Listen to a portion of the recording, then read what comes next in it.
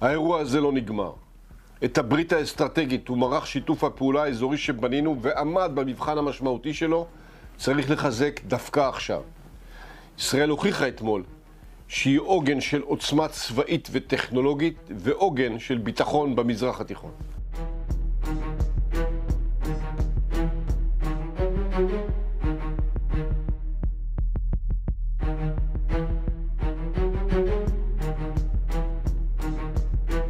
מול האיום של איראן, אנחנו נבנה קואליציה אזורית ונגבה מאיראן את המחיר באופן ובזמן שנכונים לנו.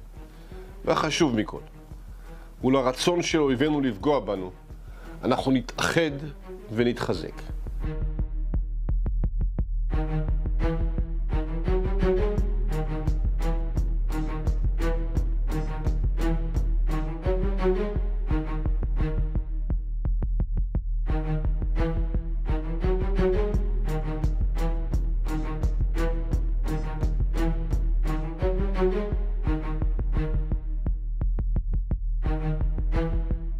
عملیات از نظر ما خاتمه یافته است و قصدی بر ادامه این عملیات وجود نداره، اما چنانچه رژیم صهیونیستی اقدامی رو علیه جمهوری اسلامی ایران چه در خاک ما و چه در مراکز متعلق به ما در کشور سوریه یا جای دیگری انجام بده، عملیات بعدی ما بسیار بزرگتر از این انجام خواهد شد. اون بخش از اصابت‌هایی که ما گزارشات دقیق و مستند و میدانی از اونها داریم نشون دهنده این است که این عملیات با موفقیتی بیش از حد انتظار ما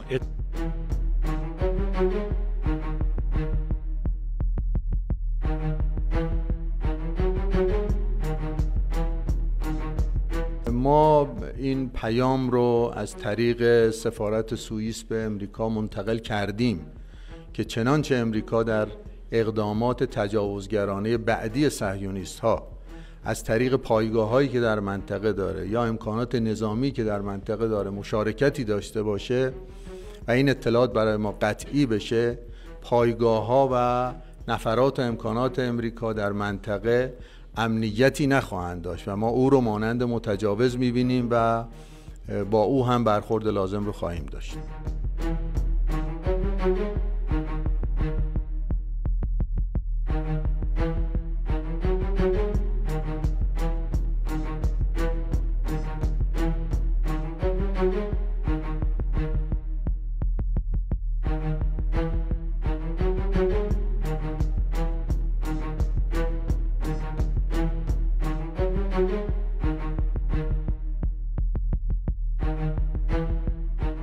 ما به کاخ سفید طی پیامی بامداد امروز اعلام کردیم که عملیات ما محدود و حداقلی و با هدف دفاع مشروع و تنبیه رژیم اسرائیل صورت می‌گیرد.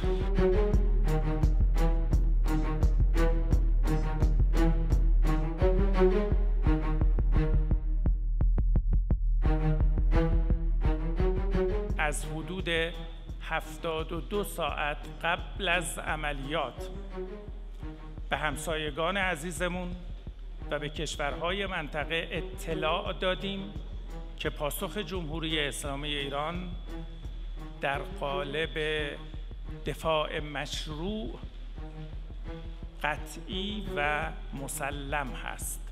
به برادران و دوستانمان در منطقه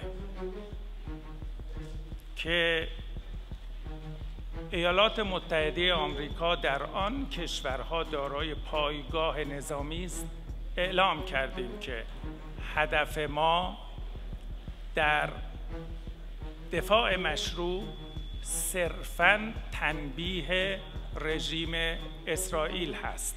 ما به دنبال هدف قرار دادن افراد و پایگاه‌های آمریکا در منطقه نیستیم. تأکید کردیم که ما هرگز از توسعه تنش در منطقه استقبال نکرده ایم.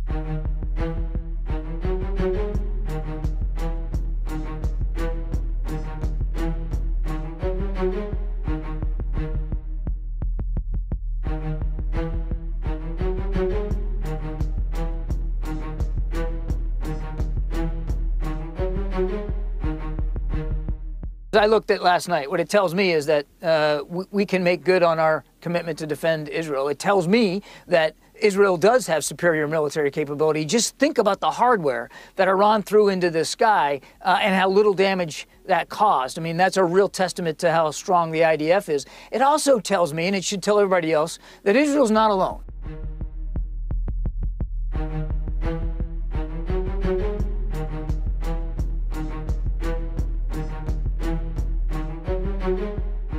It's going to be up to the Israelis to decide what the next step is here. I will just say this. President Biden, since the beginning of this conflict, has worked very hard to keep this from becoming a broader regional war.